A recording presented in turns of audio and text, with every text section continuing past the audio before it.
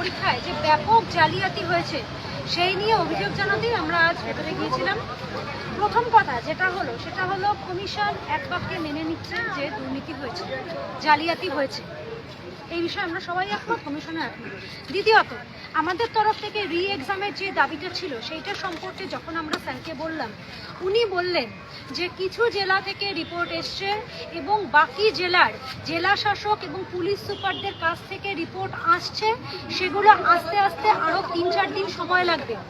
উনি একটা টেন্টেটিভ সময় বলে দিলেন যার মধ্যে রিপোর্টগুলো চলে আসবে এবং তারপরে পিএসসির ফুল বডি মিটিং আছে, সেক্ষেত্রে পিএসসি সিদ্ধান্ত নিয়ে পিএসসি কমিশনে জানিয়ে দেওয়া হবে এই পরীক্ষাটা নিয়ে পিএসসি যে সন্তুষ্ট নয় এবং পিএসসি নিয়ে এটা নিয়ে কী করতে চায় সেটা জানিয়ে দেওয়া হবে।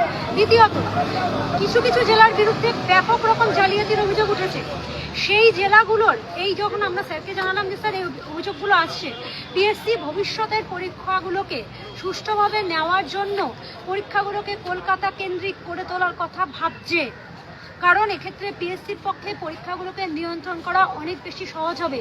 সারা রাজ্য জুড়ে ছড়িয়ে থাকা পরীক্ষা সেন্টার এবং সেই সেন্টারগুলোতে চড়া প্রচণ্ড রকমের জালিয়াতি আটকানো সত্যিই খুব শক্ত, এবং সেজন্য শক্ত হাতে এই পরীক্ষাগুলো নিয়ন্ত্রণ করার জন্য ভবিষ্যতে হয়তো এই সেন্টারের পেরিফেরিটা অনেক ছোট হয়ে যাবে।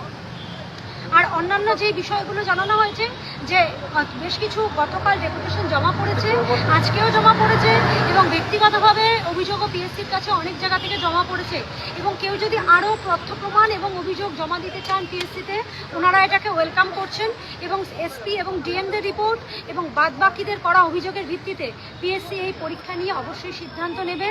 ওনাদের সাথে কথা বলে কোট আনকোট আমাদের মনে হয়েছে যে ওনারা এই বিষয়ে নরম মনোভাব পোষণ করছেন এবং আমরা হয়তো কিছু যেটা আমাদের দাবি পজিটিভভাবে আমরা যেটা চাইছি সেটা আমরা পেতে পারি, কারণ দুর্নীতি যেটা হয়েছে সেটা প্রথম থেকে শেষ পর্যন্ত পিএসসি কোনো বিরোধ করছে না।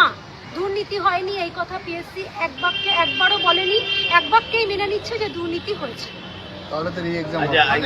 আমরা আশা করতে পারি যে পিএসসি আমাদের কিছু সদর্থক উত্তর দেবে। নদিয়াটাকে হাইলাইট করেছেন তো? অবশ্যই।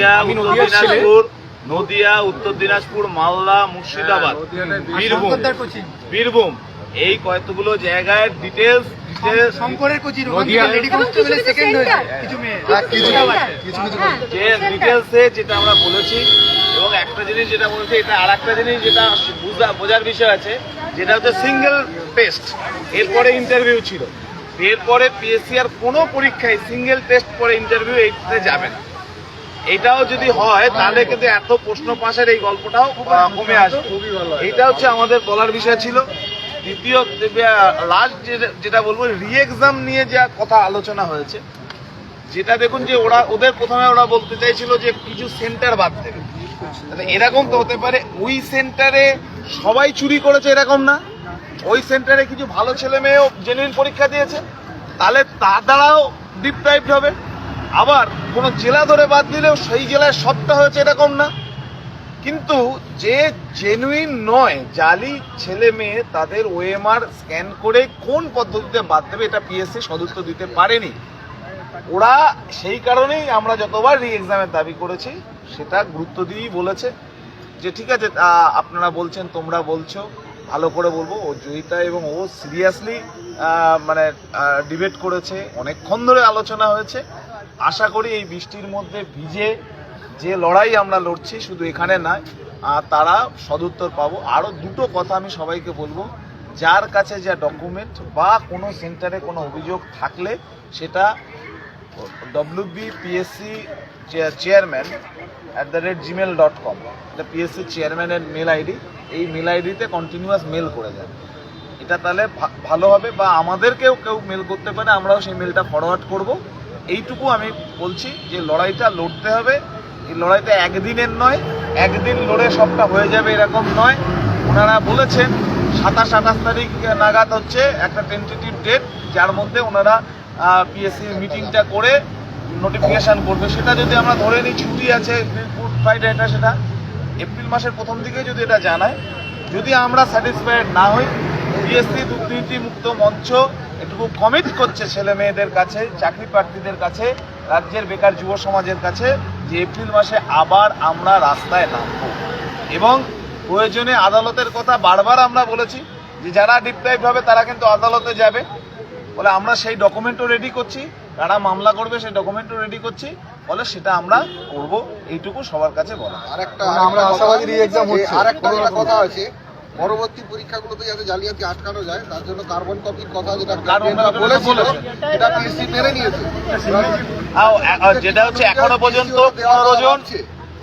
পর্যন্ত 15 জন অ্যারেস্ট হয়েছে, আরো কিছু অভিযোগ আজকেও জমা পড়েছে, সেগুলো অ্যারেস্ট হবে এবং যে স্কুলে হয়েছে বা যেখানে হয়েছে সেটাও তারা শাস্তিমূলক ব্যবস্থা নেবে।